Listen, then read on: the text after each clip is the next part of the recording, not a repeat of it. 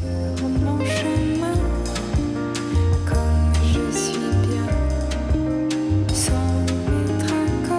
are now listening to Femme Regard Podcast with Tessa Markle and Carolina Alvarez. Femme. Hey, Femme Fam. We have another amazing guest for you today. Our guest today was actually on a panel with Carolina.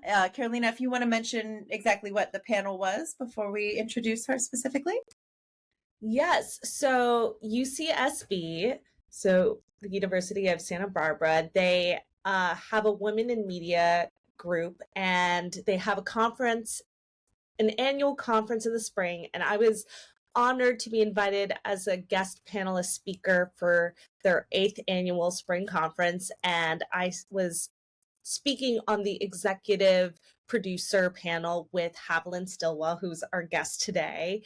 And I met so many amazing women.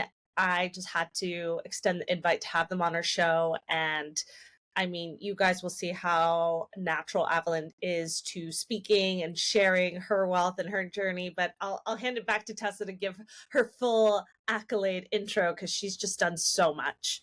That's the thing. This woman is a true multi-hyphenate. You know, she started in theater and on Broadway specifically as a performer, expanded to producing theater, and then came out to LA, switched gears a little bit to film and TV and voiceover, is still a performer, is still a producer, doing all of the things. And she even gets into a little bit about her childhood, kind of starting in TV, not even on purpose. Her mom was involved and she got involved that way. So she's really done like the whole gamut. She's done a little bit of everything, you guys. And another connection we have to her is that her production company that she owns with her partner, Team Stillwell, it was the executive producers for the film Under the Influencer, which, if you guys recall, is a film by Lauren Neal and Jill Bennett, who have been guests on our show in the past. The link will be in the show notes for that episode. And the film was selected for the 2024 Cannes Film Festival, and like it's doing so well. They're getting so much press and excitement about the film. Like I cannot wait to see where it goes.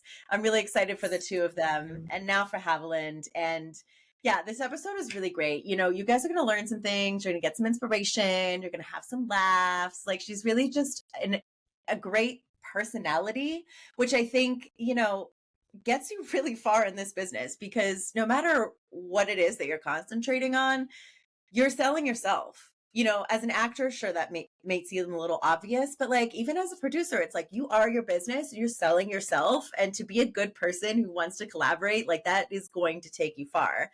And speaking of selling yourself as a business, we also get into some of that stuff, like the finances and taxes and how to make that work. So you're going to get a little bit of everything in this episode. Yeah, I have no other words to add to that, because I think that really sums it up, what Tessa just laid out. We really cover it all. We go into all the things, and especially for anyone who is on the theatrical side of things, meaning I'm more specific to stage theatrical. Hopefully there will be some inspiring takeaways for you there, because it's where that we have a guest who's been on Broadway. You know, she was in Les Mis and Fiddler on the Roof, both legendary shows. So I think we are very, very honored to have her on and speak about that, plus a new show she's co-producing. So we won't say much more. So enjoy, fam, and please give her a follow. She's amazing. Hey, Haviland, welcome to the show. How are you doing today? Hey, I'm so good. How are you doing? Good. I feel like we all have lots going on. We were messaging the other night, and you were just saying, like, you got a private screening you were doing, and all this stuff. So I'm so excited to continue the conversation. Yes. We met at Women in Media UCSB Spring Conference, and we were both panelists, and that was so fun to meet other women. And I just felt like our group in particular, we just really riffed off each other so wonderfully. And you were right by my side, and I just felt I loved the musical theater energy, and we're going to get into all of that. But I could just feel like you and I just kept like, oh yeah, Yes, Yeah. that's, I We feel could have that. talked all day. We could have done like a 7-hour panel. Yeah, quite literally that my partner, Brian, he was like, you need to have her on the show. Like you guys could Aw. talk. And I'm like, yeah, babe, I do. So we're also like, shout out to him for being so supportive. And like, I was like, absolutely. And then I was like, I need all these ladies on. So thank you for joining us. That is You're welcome. Yeah. Thank you for having me. My wife is always she's always saying that I need to have a podcast. But I'm like, it's too much. There's too much going on. And last night, before I was like, oh, I'm doing this podcast tomorrow. I love doing podcasts. And she's like, yeah, that's what I've been doing. I'm like, no, I'm doing it like another I'm doing Film Regard. And she was like, oh, okay. I love the encouragement though. It's always like that. And you know what? I always say, give me a mic and I'm like, all good. I'm good. Mm-hmm. I get warmed up and then we're just chatting. That I'm so good at long form. I am just trying to build the skill of doing short form reels because I don't know about you, but I'm like, crap. I'm monologuing the entire time. So Yeah. it is very hard, but I'm not known for being concise, really. Yeah. So I too am working on this. Thank you for feeling my pain. I feel like you would understand. I'm like, too much to say. What can I say? But let's talk about where you began, Haviland. Have our audience kind of get to know you and your colorful background because you are a kick-ass performer from stage to screen. We're talking Broadway. So you have such a rich background that we want to know, like, from where did you start from? And, you know, we know it's stage, but to kind of speak on that and where it kind of took you off into the screen film land of things, the Hollyland. Yeah. Well, I actually started in TV, technically.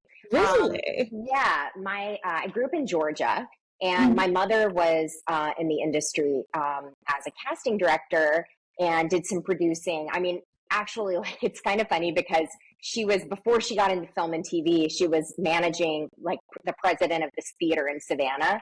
And so the entire time I was gestating, the entire time in womb, in utero, I was like in a theater. So, so it's kind of funny. She always is like, you were born in a theater. You were born to be on a marquee. So, it's true. I'm doing her voice, like kind of exaggerating, but it's not that exaggerated, you know? So I kind of like, I started as a young actor, you know, doing stuff like honestly kind of doing what she needed me to do. Like it would fill in here and there and do things. But my first like job, like my actual like sort of quasi full-time job, what is that when you're an actor, but like quote unquote full-time job. I was like 9 years old.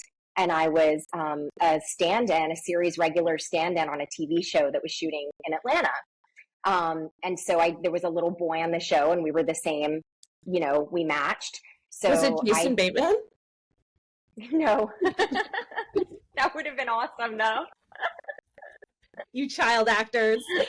Oh my God. I mean, he's a little bit older than me, but thanks so much, Caroline. I'm trying to make that as a compliment. And like back in the 70s, you guys, like that old? Is he? I don't know. Might be that old.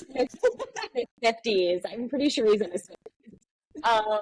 But you know, it's fine. Never. Age is nothing, Carolina.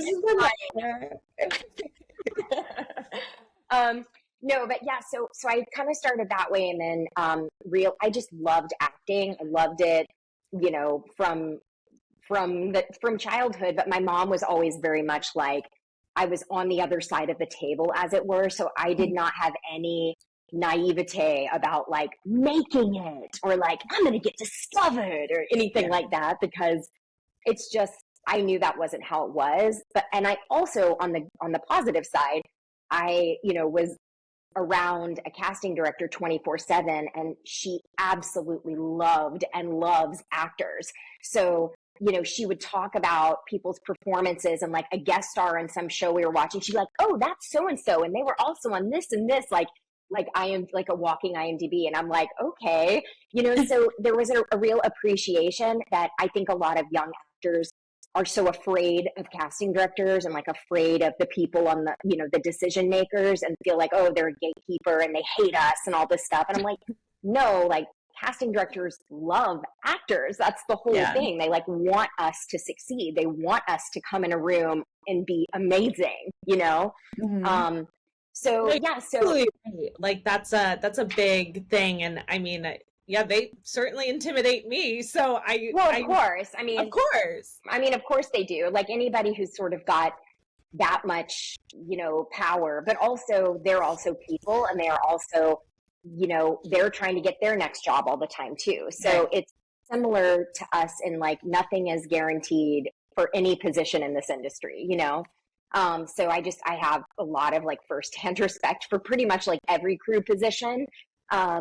But yeah, so I started singing when I was like in middle school. I started really singing, and I really loved it, and just felt like vibrationally, it wasn't just like acting. I knew like I'm an actor. I know I'm an actor. That's just, I can't see myself really doing anything else. Like I am interested in, I always was mimicking people and telling stories. And I was really interested in psychology. Like I would always ask people a lot of questions about why they did what they did, and like why they're into that, and why they, like even as a little kid, everyone's like, God, you were like interviewing me, and like, what motivates you in life as like a 10-year-old,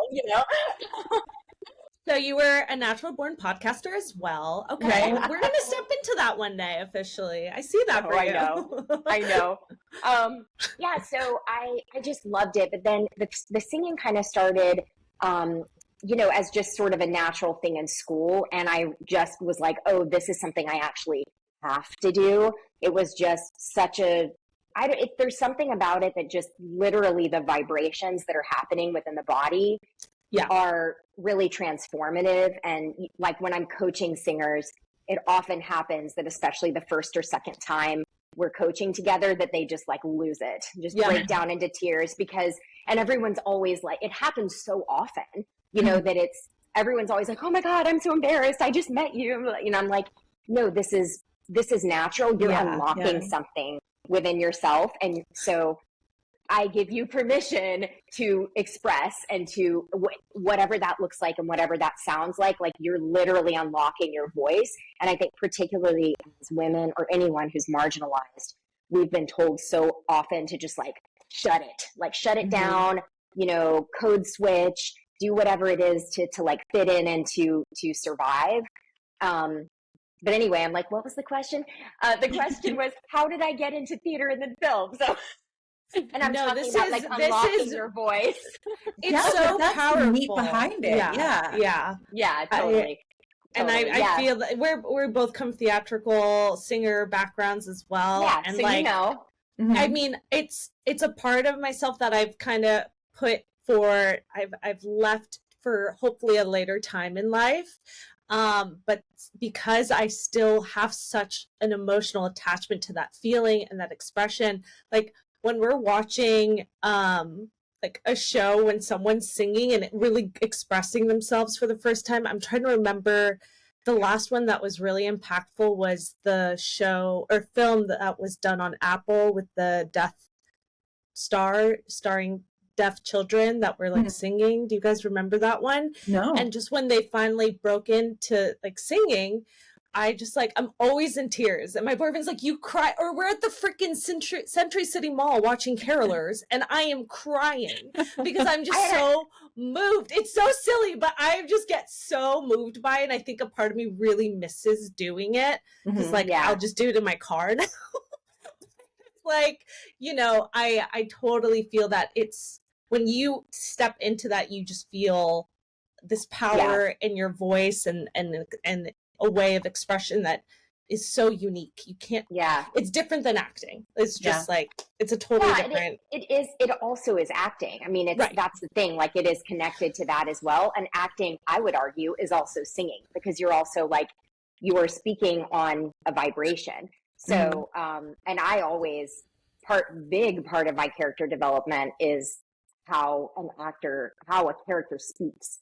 You know, both like accent, speech patterns, volume, you know, all of that.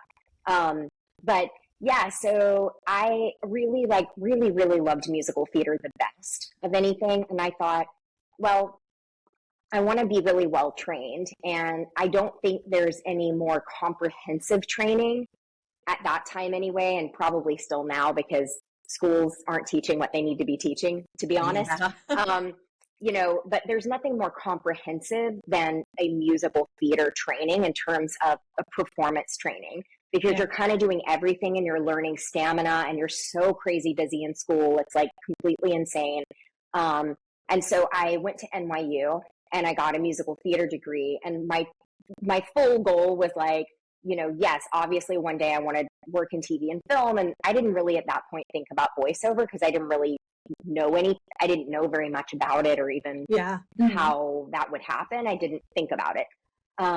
But my goal was like, I am going to be on Broadway. This is happening. It's just a matter of like how, and I'm super laser focused on that. And that did happen. And it was like about 3 or 4 months after I graduated, I booked the show. And then like 6 months after I graduated, I went into rehearsal. So it was like, that's amazing. I went for it. Yeah. I really went all out. I was like, this is happening. Yeah. I mean, okay, that's how I realized Broadway wasn't my end goal, because I just felt like I have to be as laser focused and dedicated as exactly everything you're saying if I want to make it, because it is extremely difficult. It is very difficult. You're using your body, like all the things, all the training, you know what goes on behind it.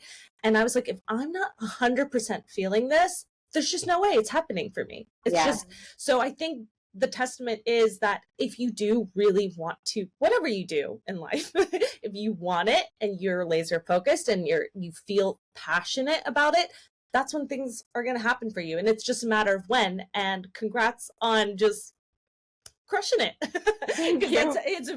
It's not many people can say that they booked it, you know, right away after graduating. It can take a few years sometimes to like, or not at all. Not at all. I mean, and that's okay too. I mean, I know plenty of people who have been, you know, professional actors for decades, and they've never been on Broadway.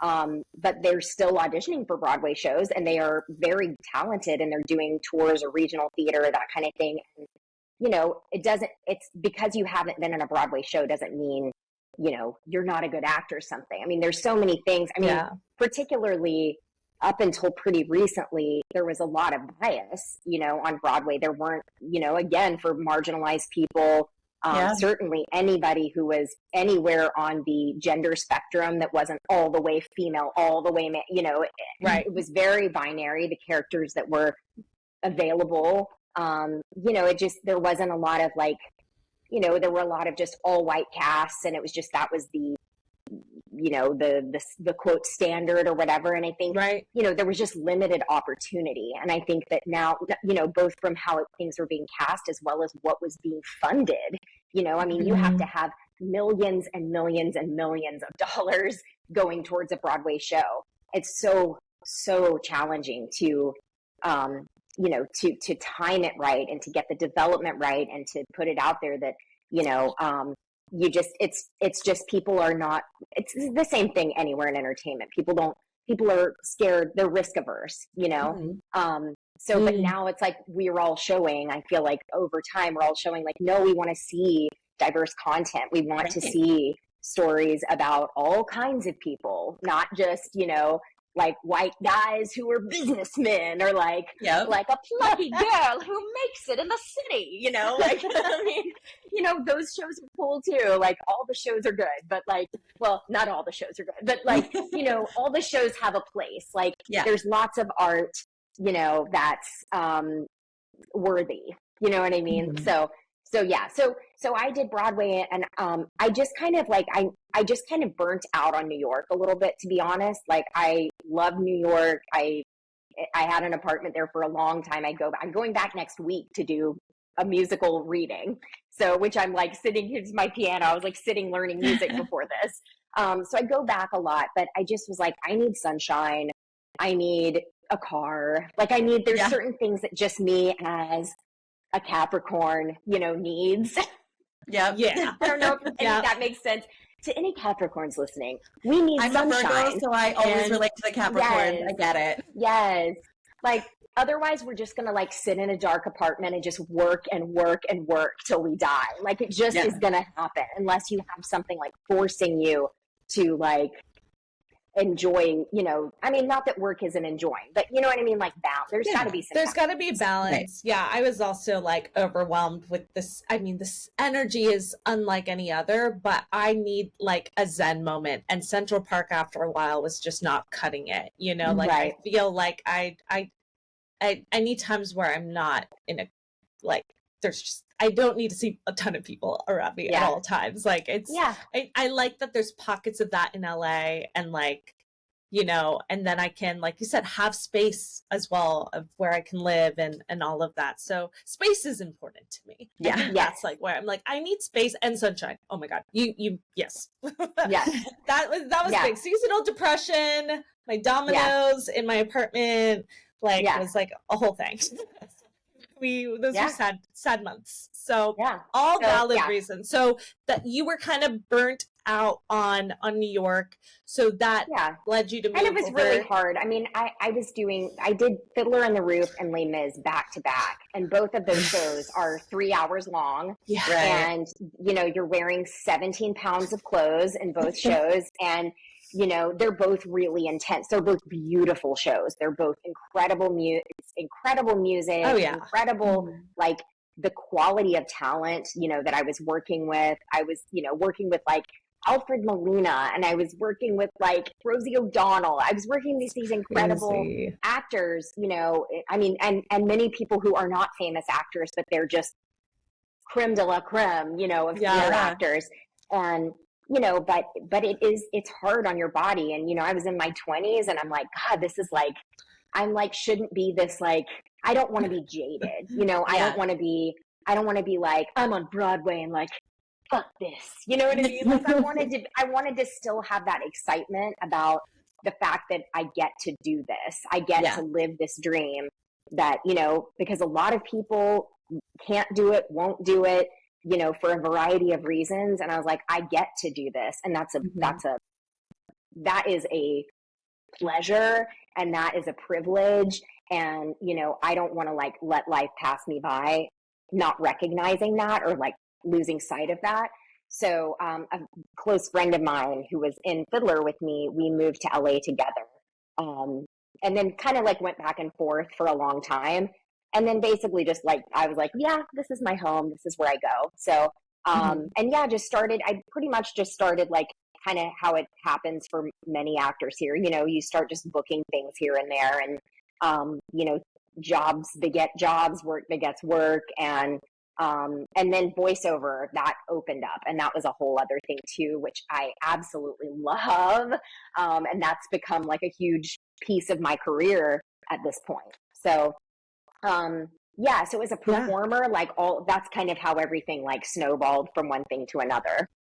Yeah. And I'm curious too, because you've also been on, the production side of everything, not just in front of the camera or in front of the mic. And was that transition for you something that you really wanted to do, like a goal, or was it more out of the necessity of like, I need to make my own content and that sort of thing? Because I feel like it happens both ways for people. Sometimes people are like, okay, I just need something that I can act in, so I'm going to make my own thing. And then surprise, they like directing or writing or whatever. Or there's other people that just start out as an actor and their end goal really is to be, that showrunner or whatever it is. So yeah. I mean, I think that producing is just kind of a natural thing for me.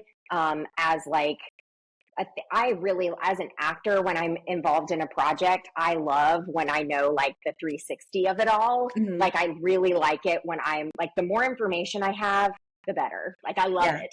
But, also I remind myself when I'm just on a set or in a theater, wherever, and I'm just there as an actor, I'm like, stay in your lane, this is, you're here to act. Enjoy just being an actor. You don't have to problem solve anything. It's great, Yeah. you know? Yeah. But no, actually the way it happened was when I was in Fiddler, the actor John Cariani, who was playing Model the Tailor, he is a wonderful playwright, and he was making his playwriting off-Broadway debut in an open-ended run of a show that's called Almost Maine, which now is, you know, gone on and is all over regional theaters and everything all over. But he, at that time, his lead producer was, you know, raising money for it, and it was going to happen like that year. So he just talked to me one day, like backstage, and was like, have you ever thought about producing? I feel like you'd be really good at it. And I'm like, I have no idea how to do. I don't know how to do. I have no training in that. And he's like, yeah, you kind of do though. Like if you think about it, you kind of do have training. Just you didn't maybe take a producing course or something like that. But he's like, I'm not asking you to be, you know, my lead producer on this. I already have one. But would you just have a meeting with my lead producer, and he'll kind of like tell you what it's about, and you can decide if you want to do it. And I'm just the type of person that I don't like to say yes to something unless I really feel like I'm going to deliver, because I deliver. Like I don't half-ass anything. So like it doesn't matter if I'm going to go do your like little, you know, short that's like a 2-minute short, or I'm going to go do your like, you know, Disney feature, whatever. Like I am going to like really give my all. So if I don't really know 100%, like, okay, I know I can do that, then I'm like, I don't know, let me feel this out, you know? So I met with him, and I decided I wanted to do it and learn from him. And it was in that, you know, in that stage, it was for theater producing. It's heavily about raising money. It's like heavily about fundraising, especially like as co-producers, associate producers and such. So I started that way. And then, you know, when I got to LA, it was kind of like a little bit out of not necessarily necessity, but I produced a web series that I was also in called Unicorn Planet. And it's a queer sitcom. And at that time, this was like 12 years ago, there was like barely any queer representation, certainly for women. And basically most of the things you saw that were in the mainstream, there was barely anything in the mainstream, but most of what you saw were, you know, heterosexual movie stars playing really sad lesbians, you know? And, you know, there's a place for those stories, but also I was like, there's a lot of really great queer actresses who are out here and we're available, you know? And also, like, women are funny, you know, like we're funny, we're quirky. Like there's a lot of very specific, like community things that are very like in the community, that, you know, just haven't been like, we can make fun of ourselves. We don't all have to be serious all the time. So, so it was more like a necessity that I wanted to see and provide that kind of content to, you know, my fellow gays. And so, so like, me and, my spouse, who was not my spouse yet, and another wonderful writer producer, Sarah Croce, who's now working at Fox. The three of us made this show, and it was like, you know, we made it for $5. Like it was just, you know, we kickstarted it, you know, the whole thing. And, you know, and it was a silly thing, but it was like kind of that was really the first time I like fully produced something where I was like, we were, you know, really in charge of like the entire production, putting it together, like from the page one writing, like all the way to like, you know, locked, ready to put it out there. And, you know, and then it's just kind of gone from there. So, yeah. So, I mean, I think I love producing. I think it's, again, I'm a Capricorn. I love control. I like, you know, knowing what's happening. But also I just think it's kind of like a fun side. Like I recognize also there are other people that are like either better producers than me, or they're more, you know, that is what they do, and that is what they do really well. I just always kind of saw myself as like, I would be an actor that also does that, because I think I really think it's important to like be able to push content forward that isn't really being represented. So yeah. That kind of leads me to, asking you how you started your production company, Team Stillwell. Team Stillwell. Yeah, go team, because teamwork works. Yeah. I always say I'm like a cheerleader for everyone who I adore and love. I'm like really genuinely get very excited about projects going and about people finishing like a draft, or people like locking picture, or or just even when people are like, I'm stuck, I feel like crap, I can't get through this draft, or I'm like, I've done 12 auditions today and I'm so down because I just, I just feel like I really like boosting, but yeah, so my wife is Reed Stillwell, and Reed and I started this company a couple of years ago. I mean, really, it just was because we were already kind of doing a lot of business, and we're like, it was kind of an organizational thing. So it wasn't like as much as like, we're starting a company, like it was more of like, this is an easier way to like organize our projects into something that like we're both working on things together. And, sometimes I take the lead on one aspect, sometimes Reed takes the lead on one aspect. Many times now, especially, we're collaborating with other companies or with other creatives. So it just I don't know, it just helps. I like it. I like having an organization that's separate from like Haviland Stillwell, the performer, like, you know what I mean? That you can kind of make a little bit more businessy and less, I mean, it's also creative, but you know what I'm saying? Absolutely. Yeah, I mean, that's the whole reason we started FemRegard, like officially, like made it an LLC, was, the legality kind of stuff of it. Like, this is going to take liability off of us personally. It's also just, like you said, going to be way easier to organize, and it makes you feel legit. Like, kind of feels good to be like, and I have my own production company. Yeah. And I think too, I mean, this is purely, and this is like your audience, this audience is like professionals, right? Like, or people who are getting into the field or seeking, I guess, advice or support from other women in the business. I wish that I had started a loan out like 20 years ago. I wish I had a loan out like immediately out of school. Wait, Haviland, what? I've actually never heard anyone say that. Well, can you break down what a loan out is for anyone else? Yeah, sure. So a loan out is an S Corp, C Corp, or LLC that a creative person starts. So it could be, director, actor, cinematographers, writers do it. I mean, I'm sure there are many crew people who do it. I know like grips and like, lots of people in our industry do it. And, the idea of it is that you can start an LLC that's, like for me, it's the two of us, but a lot of people I know just have it one person. And it's because we're basically gig workers. Like our whole life, we're gig workers. So, having to basically say we have 50 employers every year, and some of those employers could be paying us $500 or $200 or something. And it's like, we're not their employee full time. Like that was a day of work or a week of work or 2 weeks, whatever it was. Right. But at the end of the day, we are responsible, as an actor, I'm responsible for, I think at one point it was like $30,000 in write-offs one year when I was a W-2 employee. And I'm like, like nobody's reimbursing me for these things, although all of these things were used for a job that I was a quote employee. I didn't get issued like a company computer or, a makeup kit or hair products or, acting class or money for promotional things, money for the website, money for IMDb Pro. Like there's so many things. And I was like, this is just kind of silly money-wise. Like it's disorganized.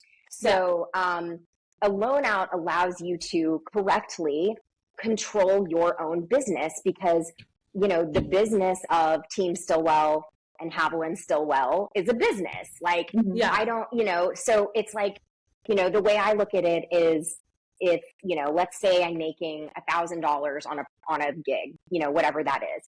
So it actually benefits in a way the employer, because they're paying me they're paying a company. They don't have to worry about fringes. They don't have to worry about all of these overages on their end. They're like, great, you're a company. You're basically a vendor. I'm paying you, this $1,000. And then I take the $1,000 as a business owner, of my acting and directing and producing business.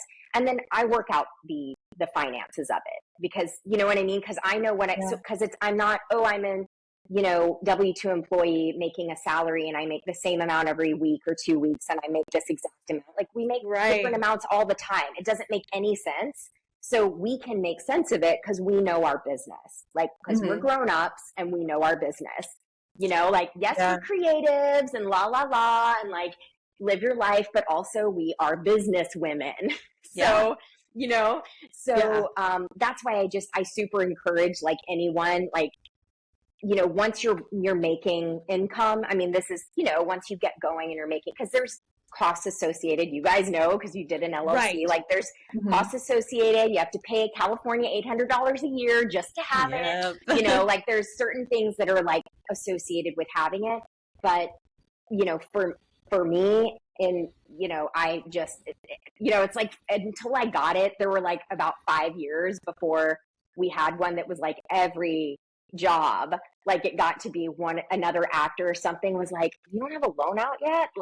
They're why? They're why? It's just and so, so I say go for it. This is I feel like this is good for your peeps though, right? Yeah, it totally is, because I get asked. I'm normally I wouldn't, I do podcasts a lot, and I'm if I'm on a podcast, but it's me and a drag queen, and we're what's pride, I'm let's get down to the brass tacks. So yeah, I'm not going to be on a drag queens podcast and be let's talk about your taxes. Yes. No, we bring out taxes. We sprinkle it in here in the show because it is an important part of doing business and understanding how it can support you or hurt you or things to be aware of. And my advice has been that just to be ready for what comes with the business side, do your research, and really feel I love that you made the distinction of you feel like you were getting enough work to where it makes sense, because if not, then you're just filing loss and then paying all this California tax, because it's not just the LLC, it's the county tax plus the renewal of all this other bullshit that comes along with it. And it's again, but to your point, the main benefit though is that you have this differentiation and organization. You have to open your own bank account, and again, sometimes you have to pay for that too, and it just depends on how you go about it. So if you're smart about it, you can find the way to do it as inexpensively as possible, and it all works out. And it is really nice. It's a great way to kind of organize your expenses, because if not, then you're just using the old-fashioned pen and paper, which is great, or your laptop, and figuring out all of that on your own. And it's challenging. It's definitely challenging when you have work coming in from all over the place.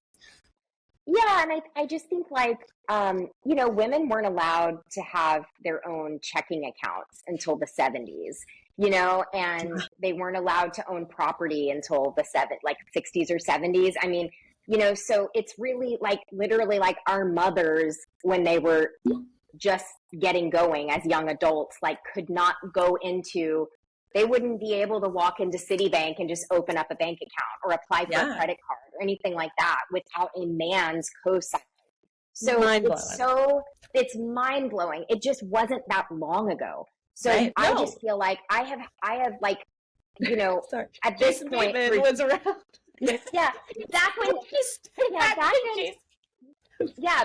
Back during Family Ties when I was 35 years old. I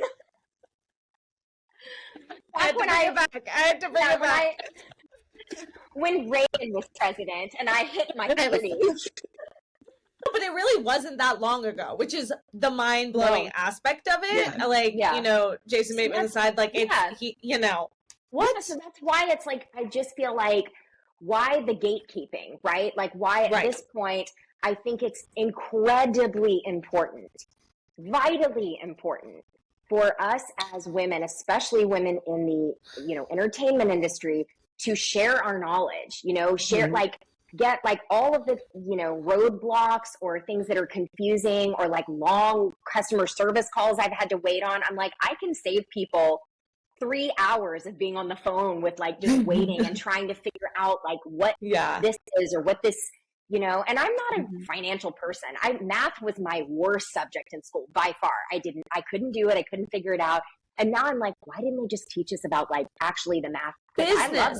I love adding up, I love money. Like I love like, it's great. It's fun. Like why weren't we like actually talking about practical adult things that we all needed to know about rather than like sitting there talking about the quadratic equation? Like who cares, Yeah. Girl, and we it's like, had rants. It expands to beyond even just school. Like, first of all, that's like basic human knowledge that we should know to be functioning adults. But then like in the industry too, it's like, acting classes hardly ever teach you the business side of it, maybe to the point of like how to get an agent or, what to submit to a casting director or whatever. But like nobody goes into like the financial business side of it.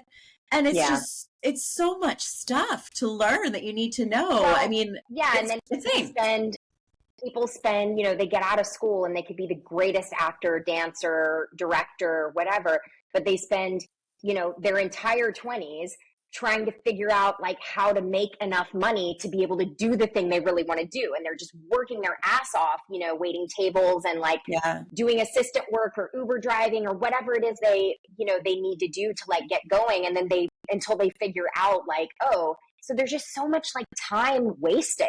And, not that all of those things I just mentioned are perfectly fine jobs. I have zero judgment. Everybody needs to do what they need to do at any age and all of that.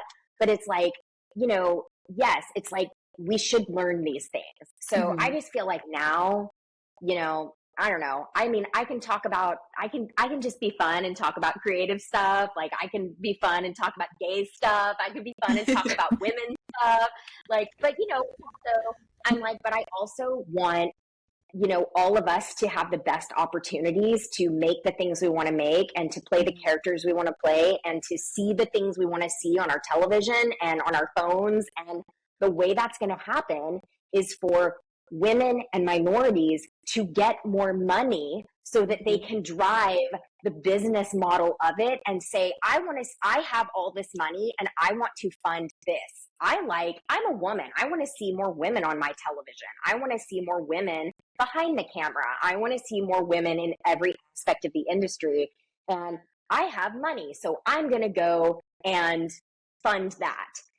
And so for so long, like, there's like 3 women in the world who could actually even say that, it's like of the billionaires in the world, like I think the top, like the 20 billionaires, there's like 3 women and like 2 are Kardashians, it's like, I mean, come on, like, it's like, I don't know.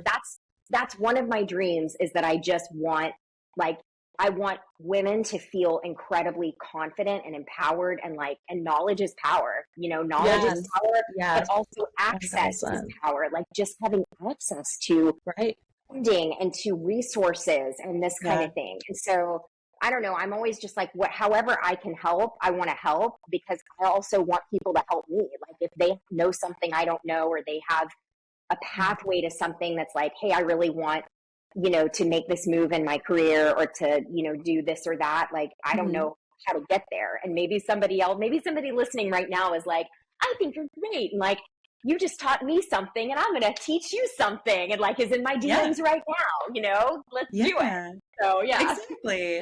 And I think people sometimes get so tripped up thinking like, this is such a competitive industry. And sure it is. Like per role, you're going to audition, you're competing with other people. Yeah.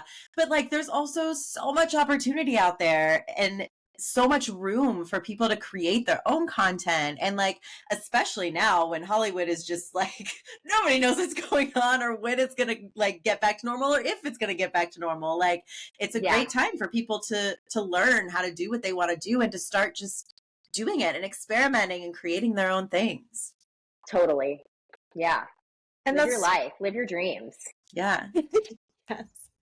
No, Haviland, this is why we love having guests like you on the show. Like, thank you for just being who you are, a great example of someone in the industry who is trying to spread light to other minorities and women, especially, that, you know, are looking for role models, first of all, because they're, you know, I think we're kind of getting there where you're like, I love this badass woman director, and like, I feel like it's been more of a movement more now than ever, but it's still like, you know, what's even tangible. Sometimes it can still feel like this person that I look up to is a million milestones ahead of me than where I'm at the game. So to have someone like you on our podcast who's just sharing what you know, it's like we're all just doing the best that we can, and but we aren't trying to be gatekeepers. We are trying to share the obstacles we've overcome and whatever knowledge we can. So yeah, like we're happy, we're silly on the show too, but we love getting real and down with it and talking business, because that's what's going to really help open doors and everything you just said. So like, thank you for being such a great example of that, because we need more of that.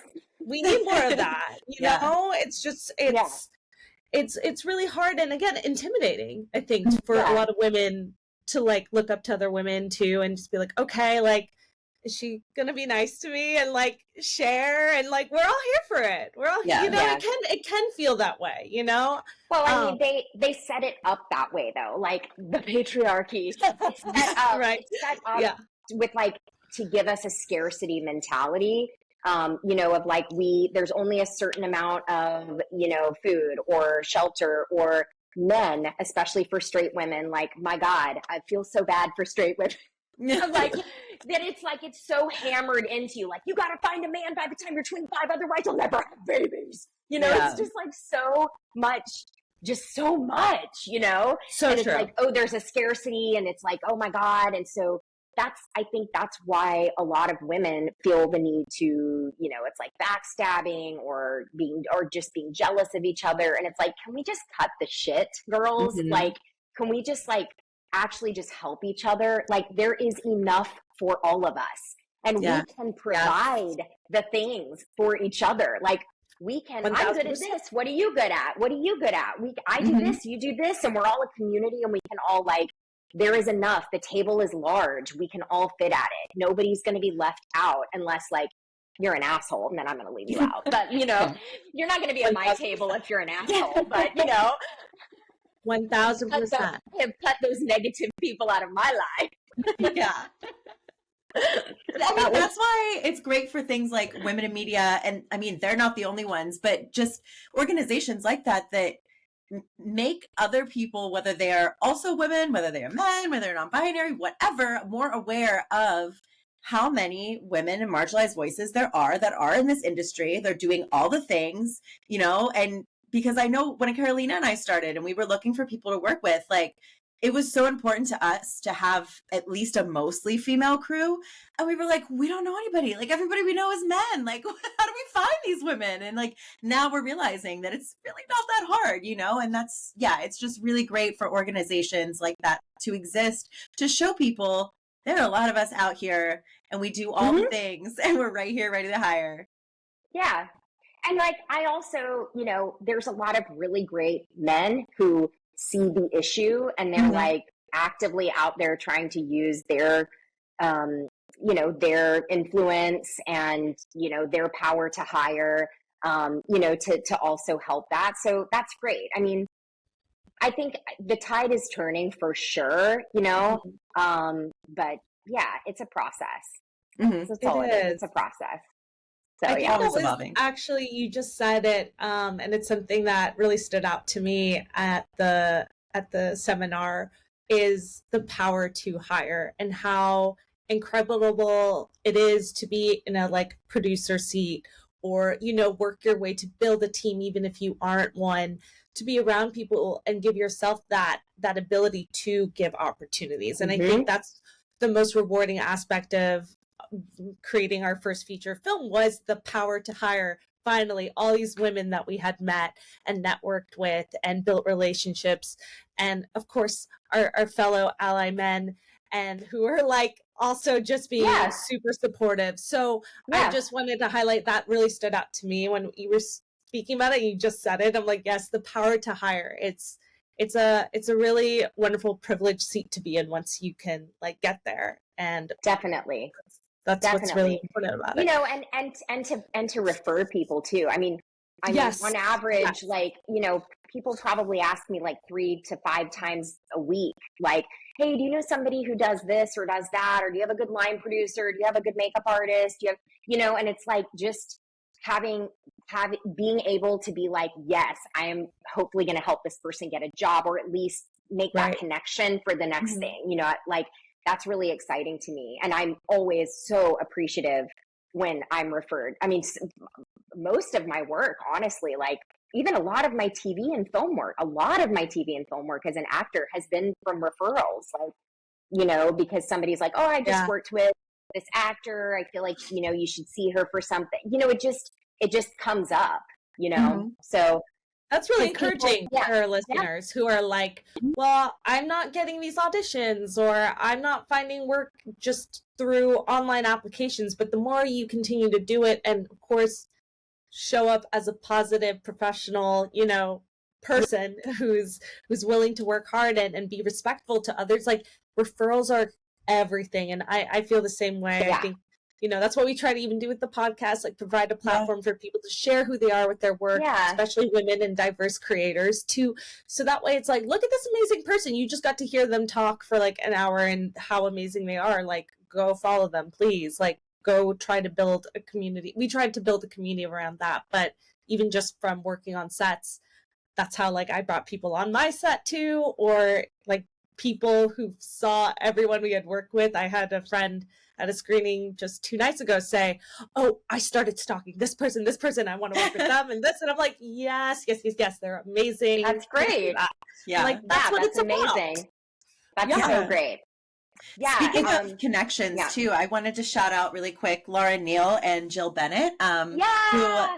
Listeners, go back. They were on our show a few seasons ago. We'll add that in the show notes, the actual episode that it is. But they were talking about their film Under the Influencer, which Team Stillwell also co-produced, correct? Yes. Yeah. We executive produced it. Yeah. Executive produced. Okay. Amazing. Yeah. Yeah. And you guys have been having success with it as well, which is, we're so excited. Yes, we're very excited. I've worked with Jill and Lauren on many projects. As an actor and various things.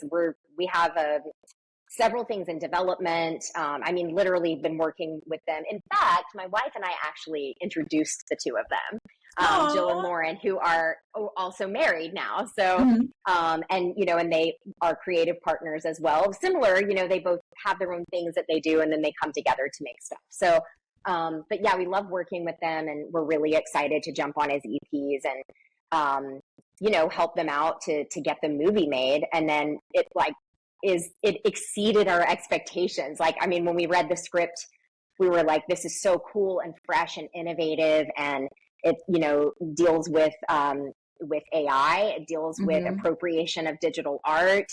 You know, it deals with so many things that are so like very right now. But also it's like cool. It's like cool the way it's made, and it's like sexy, and you know, it's just got a lot going for it. So yeah, the film just went to Cannes, which is amazing, and presented at Cannes.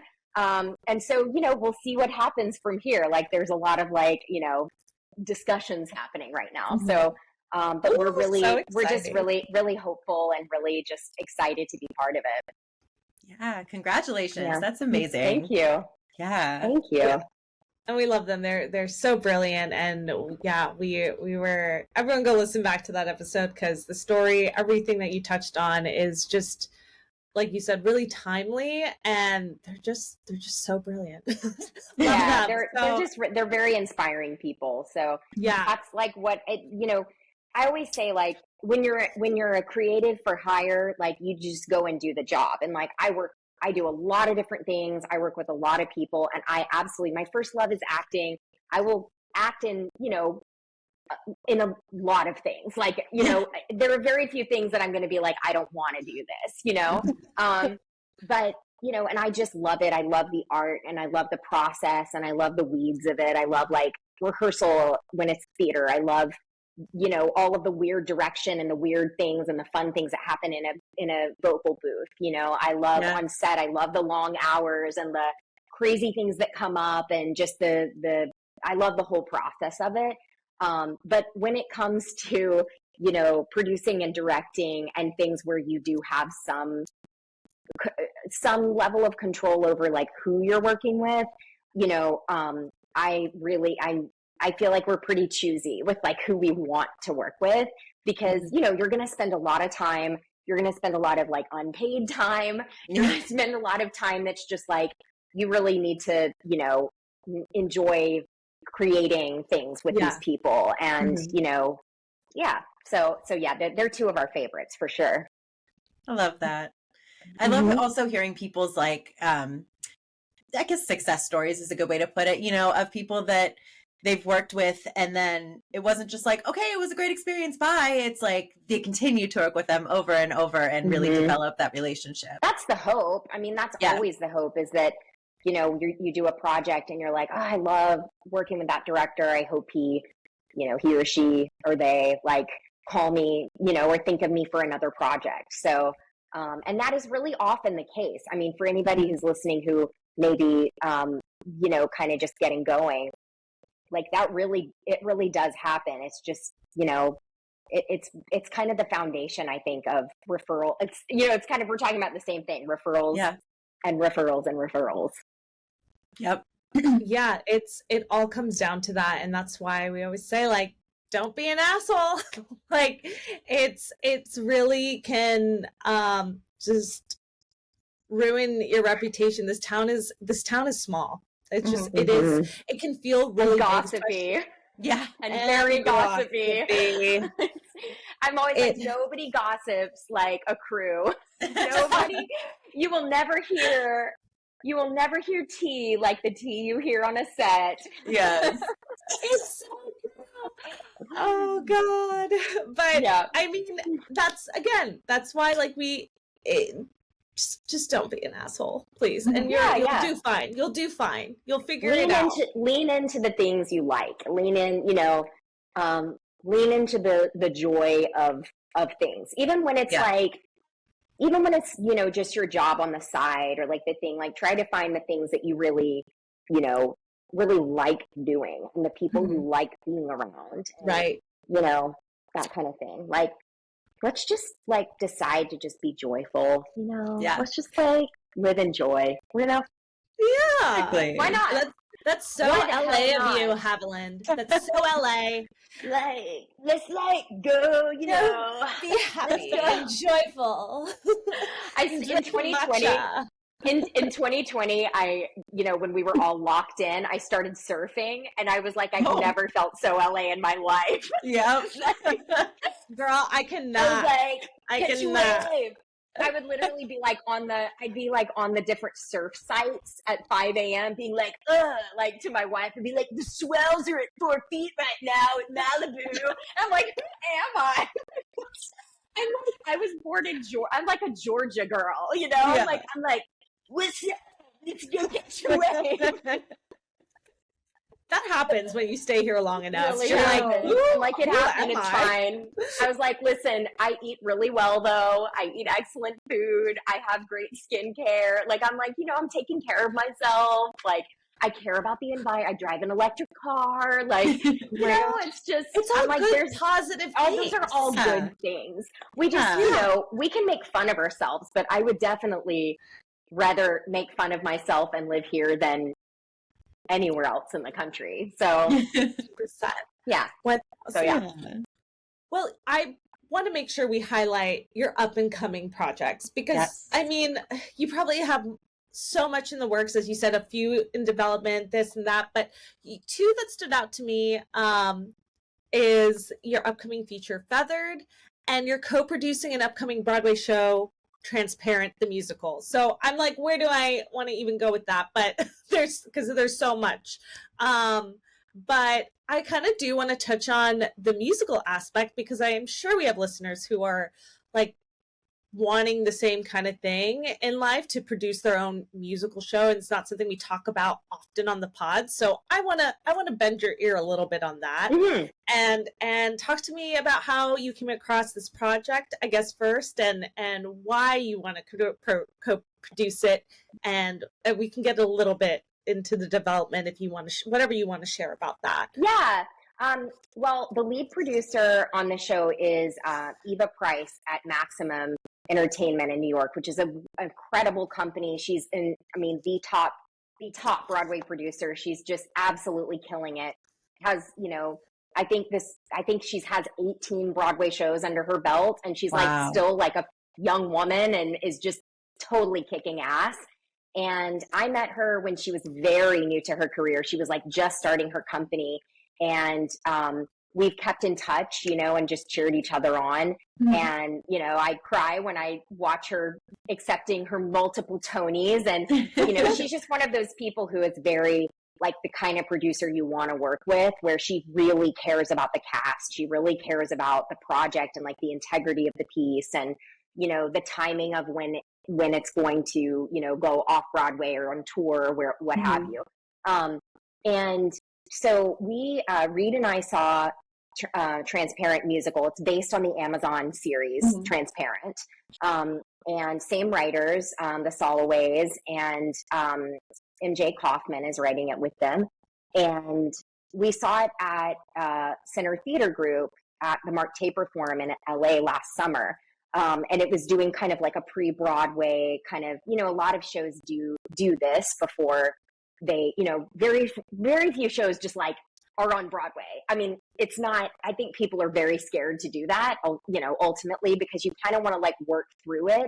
It's sort of like with theater, all of like the stuff that happens in post-production on a film, where it's like, oh, we've got to figure out like how this is going to be. It's like, we've got the stuff done, but now we've got to actually put it all together. And like the stress that comes during post, that's development in a theater, in a play or a musical. Like that's the development process, is like the post process of film.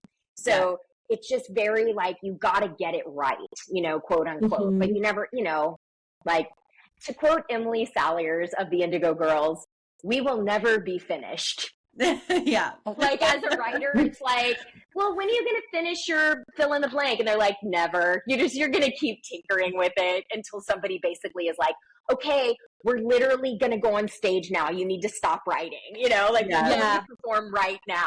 Any writers listening I'm sure will be like, yeah, I'm still like literally always working on that. I want to change that line. I'm going to cut that scene, whatever.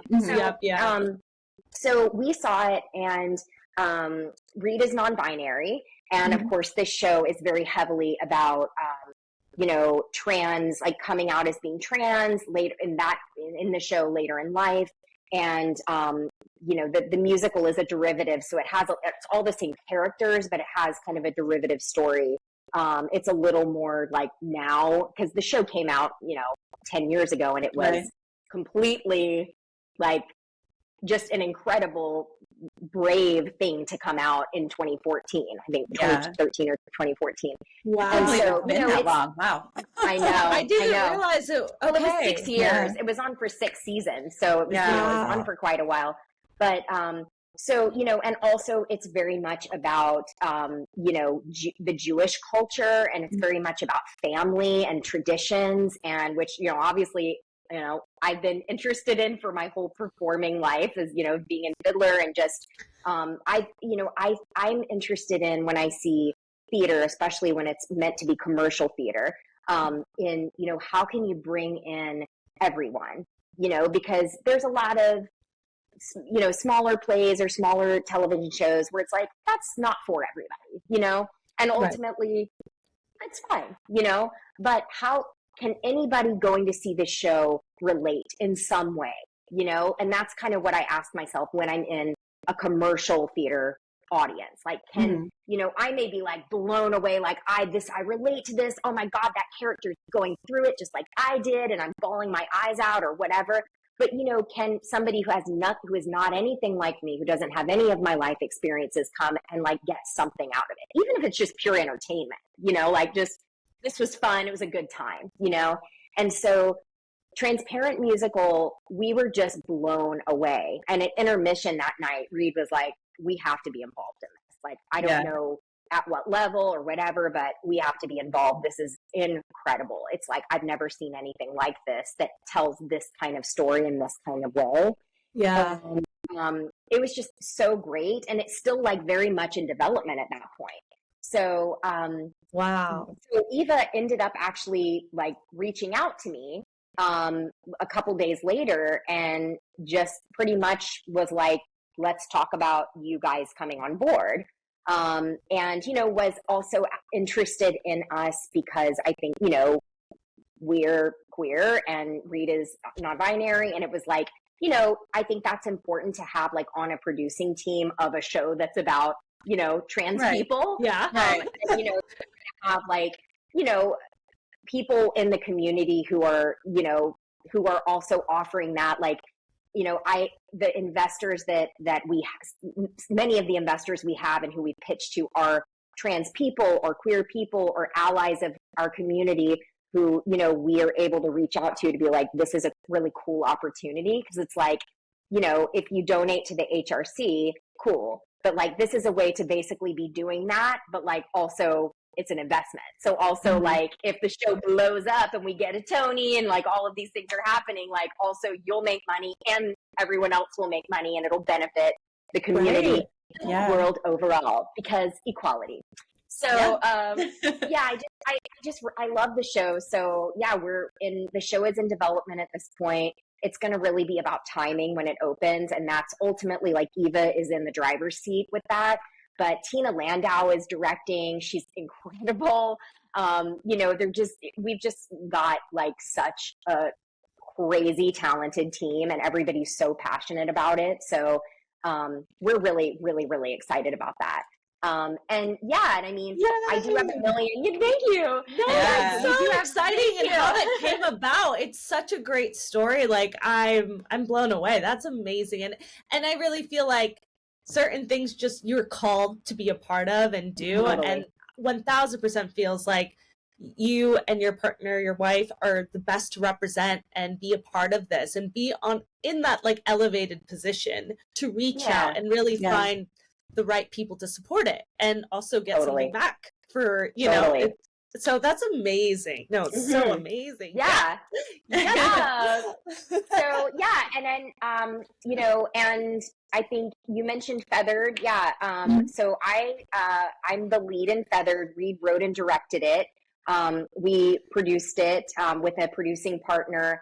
That producing partner has kind of like got it and is taking it and hopefully it's going to fly. Feathered fly. See what I did there? Love it. But it's a really, really beautiful script and it's beautiful. It's visually just stunning. And, you know, it's also about a marginalized group. It deals with mental illness, you know, but it's also like a thriller. It's creepy and it's fun and it's entertaining. Like I really believe in that, like pushing forward, you know, stories that people need to see and like pushing provocatively. You want to push people to kind of be like, oh, I've never thought about that. Or, oh, that was a twist, but also it's the entertainment industry. So also like we want to entertain as well. And people to be like, this is just a badass movie. This is a badass play, you know, whatever it is. So, just let me entertain you. Exactly. Make you smile. Yeah. Yes. Does it go back for you, girl? Yes. Yes, Audra McDonald is playing Mama Rose on Broadway this fall. It's going to be so good. It's going to be such a good Mama Rose. I have to see. Okay. Yeah. She's like icon for me. Absolutely. Totally. Yeah. Totally. I got to work with her. Shut up. And I was just like, I worship her, you know? So it was just such a cool thing. And she was so cool and down to earth and like a normal person. And I'm like, you're just incredible. I mean, her voice I'm gonna cry. She has a perfect voice. Oh my God. Her voice is perfect. Like literally it is a perfect voice. So we'll see what happens. And another kind of like cool venture that I'm that I've always done, but I'm really like leaning into a lot now is that I really, I've been coaching more and more, and I love it. I really super, super love coaching. And it's kind of like something that I've been doing for many years. I just never like marketed it. I never really put it out there. You know, just for whatever reason, it would kind of just be like, somebody would be like, oh, does somebody have an acting coach or a singing coach or whatever? And I'd be like, sure, yeah, send them my way. Yeah. But I've been doing it more and more, like for various organizations. They'll have me come in and do like seminars and engagements and Zoom classes and things. And then, you know, from that, you know, I've gotten referrals to help people with their like voiceover demo or like auditions or, you know, simply just kind of like getting going in their career and like figuring out how to put things together to move forward. And I really, it's kind of like a natural thing for like my personality. I get really pumped. Like I want people to get what they want, you know, like if they're passionate about something, I'm like, yes, let's get focused and like, you know, and I just think people often need support, you know, they need just somebody telling them like, hell yeah, you can do this. Like you're going to succeed. You got to work for it. You know, you got to stay focused, but most of all, you have to believe in yourself and not like, and take yourself seriously, you know, and be like, no, I'm really doing this thing. I'm really going to live my dreams. This is a real thing. And, you know, why not? Like what, like the question is, what's the best thing that could happen? Yeah, right? I love that. What's the best thing that could happen? So, yeah. The worst thing is always death. And that's like, you know, a low percentage. We're going to die anyway at some point. Yeah. So living. That's the worst that could happen. You're living. You're going to be alive. It's like, that's a very... We're living right now. Yeah. Let's just live to the fullest. Let's like, you know, let's have fun. Let's live our dreams. So, that's amazing though. It definitely feels like a great fit for you. And what are you, for anyone listening, it sounds like you offer various types of coaching, if it's singing, acting, if you want to just kind of pimp yourself out. I mean, you know, it's something that like I said, I've never really marketed it, and I'm going to need to now because it's kind of growing. And now it's like, I need to actually have like a landing page or something that I can just send people. But girl, I know. But yeah, I mean, it's such a natural thing. Reed and I just also got hired to co-direct a film next year, and it'll be our first time like technically co-directing, even though we kind of like always do it naturally anyway, but like actually being in that chair together. Nice. So it's also just a natural part of like working with actors, working with creatives and you know, technicians. But yeah, as far as coaching, you know, people are welcome to reach out to me through my website. It's just havilandstillwell.com or, you know, Instagram, or probably Instagram's like the best, but I'll definitely, if it goes through my website, I'll definitely see the message. But yeah, I mean, I offer vocal coaching if you just want to, if you're like, I've always wanted to sing, you know, or I used to sing when I was a kid and I just gave it up and I want to get back into it, or you're already a singer and you're like, I really don't have much training and I've got this audition coming up and I'm like, you know, I need to get back in shape, or I just need to like be good enough that I can go in and like be great in this audition. And then like, if I book it, then great, then we'll get going, you know? And, you know, and for some people it's, you know, like I'm working with a couple of kids right now, that one of whom is like a working actor, and she's getting into voiceover. And so an agent referred her mom, you know, to me, and I'm like I wrote, directed, and am producing her demos, like her, you know, to get out there, and she's great. So it's like, you know, that's been super fun. So it really just kind of depends on, I mean, anything in the, like, I feel like I'm sort of like a creative catalyst, you know? So if you have a thing that you're just like, I don't really know how to start this thing, either I can help or I know how to help you find the right path, you know, through referrals. Yeah, exactly. Full circle. Full circle. So yeah, so I really enjoyed that. But also, you know, aside from coaching, like also if anybody's listening, because I know you guys have such a wide audience of people at all skill levels and, you know, areas of the business. Also, I'm just like, I love collaborating, and every stage of development and readings and table reads and short films and concept pieces and all of that. So, you know, anybody's welcome always to reach out and, you know, also as an actor, obviously as well. But, you know, in any of those veins, like, I just feel sometimes like the greatest projects just come like out of the blue and seemingly out of nowhere. So, you know, wouldn't it be cool if a year from now we were all like, oh my God, this like amazing film that we're all working on right now, and it all came about because like somebody from FemRegard was listening and they were like, all of you three need to be in my project. Yes, manifesting it. Yes.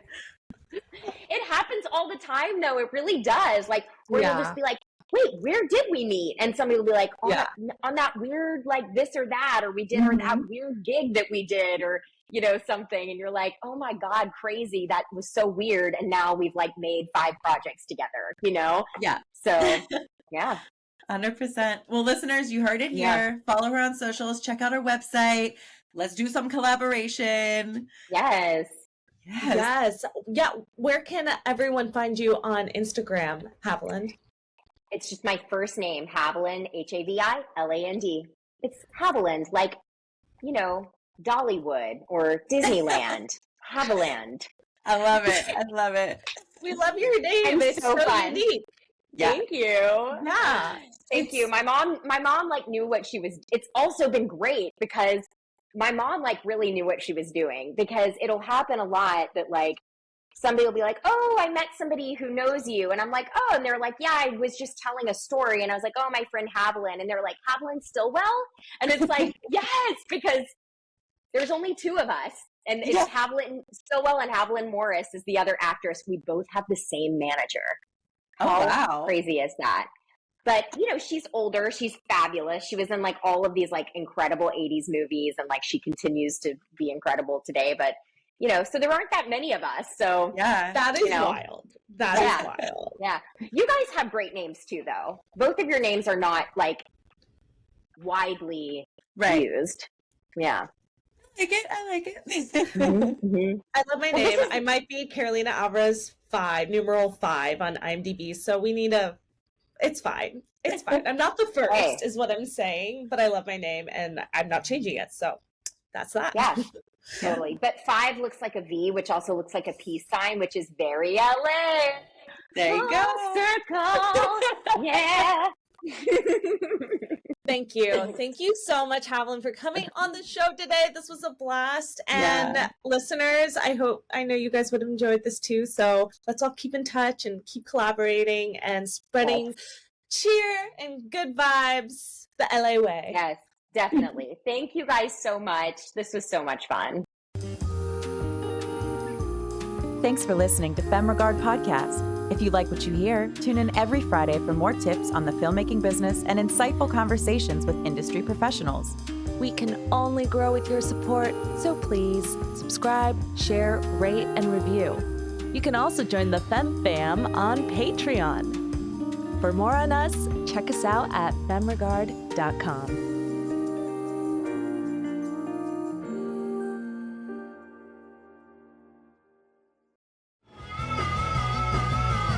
You're listening to the Geekscape Network.